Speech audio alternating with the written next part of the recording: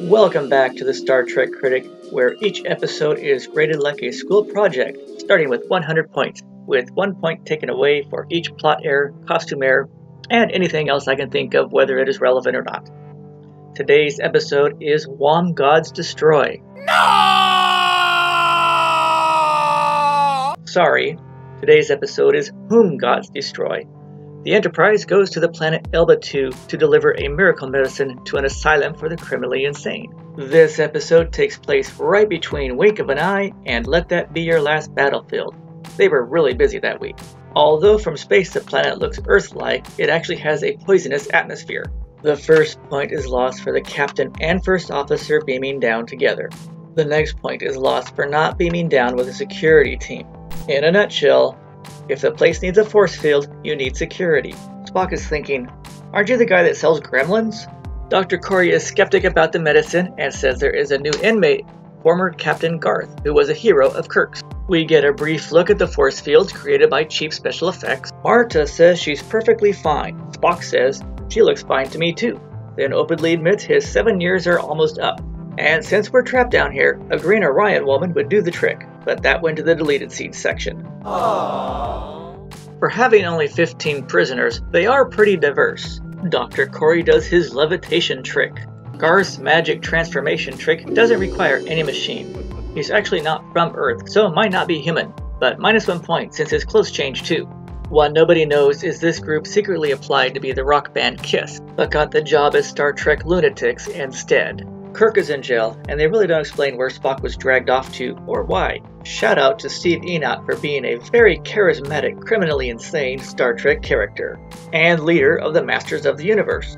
I got the impression he isn't completely human, which is why he can get the ability to shapeshift. Kirk is able to talk him into releasing Dr. Corey. Judging by this comment, he wouldn't like Twitter, would he? Either he actually destroyed the medicine, or will use it for his own purposes, like selling it on the black market. His next goal is to take over the Enterprise and kill his mutinous crew. Garth has also learned how to turn himself into a pompous ass. I mean Kirk. Did you notice they didn't do a split screen effect when he changes? They are really into budget cuts. And you gotta look real close, but the soles of Marta's feet aren't green, so minus 1 more point. Kirk thinks he's the Vulcan computer. How do you feel? The backstory is Garth was injured and the people of Antos taught him their cellular regeneration technique, which he has perfected into shapeshifting. Since there is no mention of where the guards are or what happened to them, minus 1 point. They could all be dead. The next point is lost, since this is the only time they use a challenge and password to beam up. Like they read the script and already knew Garth was a shapeshifter. And another point lost since he never did lower the force field. What happens next is terrifying. Is he throwing a tantrum because Trump became president? Or because his annual pass to Disneyland was cancelled? Or because he can't play chess? We will never know. If you notice, when he changes back, he stops throwing his fit. That's simply because William Shatner is a better overactor. Scotty is onto him, and if you want to get technical, there should always be an arm detail waiting to beam down, as well as one already down there. Sulu has the usual response for a prison planet. Only a magnetic shield prevents beaming. Dr. McCoy makes a very important observation about how they can be powerful and helpless at the same time. Garth has regained his composure, but he is very determined to take the Enterprise. The next point is lost because Corey never fixes his hair. It stays mussy all the way through the show. Spock is back. Marta pawn-farred him in the deleted scene, which is why he is saying he feels very well indeed.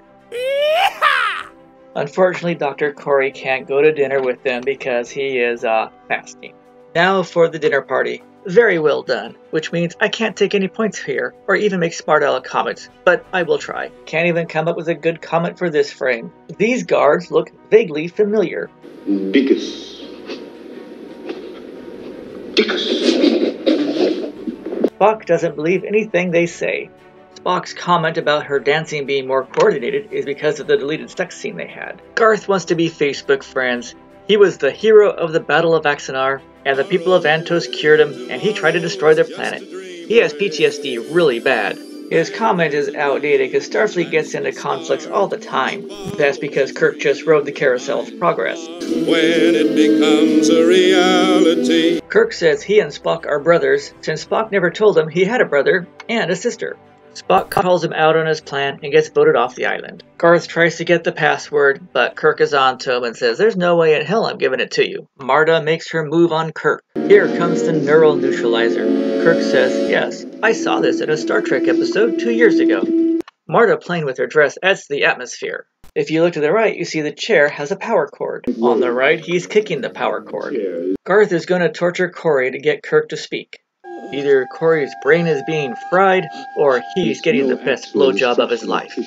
Now we have to cut away from Corey while he finishes. Look closely. During this short fight, Kirk tries to do the Vulcan nerve pinch on Garth. Now it's Kirk's turn in the chair. Is he getting his brain fried, or suffering some serious indigestion from the food created by escaped insane criminals? Or is he also getting the best blowjob of his life? We will never know, since Marta pleads for him and promises she will get the information out of him the old-fashioned way. Back up on the Enterprise, McCoy loses a point for using the term miles instead of kilometers. And that's about all that happens up there. Back on the surface, never accept drinks from green women who are trying to kill you. You really can't trust anything she says, and she probably doesn't care about the medicine either. They don't want to be helped. How did he get the knife? He must have snuck it in his boot while at the table. Look closely, Kirk has green stains on his fingers. Since this really isn't Spock, it's safe to assume she's faking being pinched. Spock's description of her is similar to that of a female praying mantis. Look closely, the Tellurite's legs are far apart, and now they're close together, so minus 1 more point. The next point is lost, since Garth Spock lowered the force field and Scotty should have beamed down the response team immediately. Lieutenant Uhura thinks she's Kirk. This is his way of saying he's going to blast them when they beam down. Luckily, Kirk figured out what was going on quick enough, but now the force field is back up and no one can beam down. Kirk tries to get through to Garth on his old accomplishments, but Lord Garth took over again. This episode is almost a PTSD-centered episode, but Garth is way past that. And the shape-shifting the people of Vantos taught him may have caused some of his derangement too. Garth again thinks he's He-Man. Uh-oh, this is gonna get good. It's amazing with what they got away with on 60s TV. Will they ever make a show about Lee Kwan and Crotus? And why didn't he mention Khan? 2 points are lost here. He falls in slow motion so he doesn't crack his head, and you can see a shadow of the boom mic right there. Now for the coronation ceremony. In a way, this comment is foreshadowing, isn't it? Ooh, Kirk is holding his chest clue as leverage. This show reminds me a lot of the Star Trek Voyager episode, The Thaw. Here comes the lovely couple. I kinda got the impression they do this every day. Lord Garth has proclaimed himself assistant to the regional manager. Marta didn't read the script. She obviously doesn't know what's inside that necklace. The ceremony ends with Garth flashing the audience. Kirk thinks he can get these two to come over to his side. I don't think it's gonna work. Judging by his reaction, I think he really did hurt his knee hard when he fell. And the reason for them bringing him into the control room is because this is the only room with a window. Garth now thinks a bottle of cake sprinkles is an explosive. But how did he get the explosives in the first place? First, they didn't drive her out there, they just walked her out. The gas must not be too poisonous, or maybe she just can last longer than the humans. And there she goes. Goodbye, Marta. It was so shocking to Kirk, he let out a big fart. And Garth's look is like he's saying, "You're next." The explosion is seen on the Enterprise. That's what she said. Scotty decides to go to the far side of the planet and cut through the force field. It is possible for the phasers to fire in a convex pattern like this, so I can't take a point.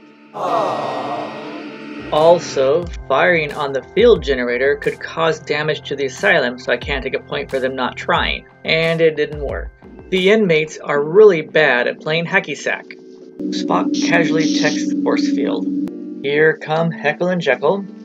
Little do they know what's going to happen next. Spock shows his skills at an ambidextrous Vulcan nerve pinch. Yes!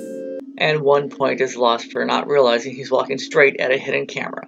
He's going to be in for a surprise when he opens this door. Kill him, he's the one. Not me, you idiot. This is now the third of 4 times 2 Kirks are present. Instead of stunning them both right away, Spock decides to wait out Garth, thinking he can't hold out for too long.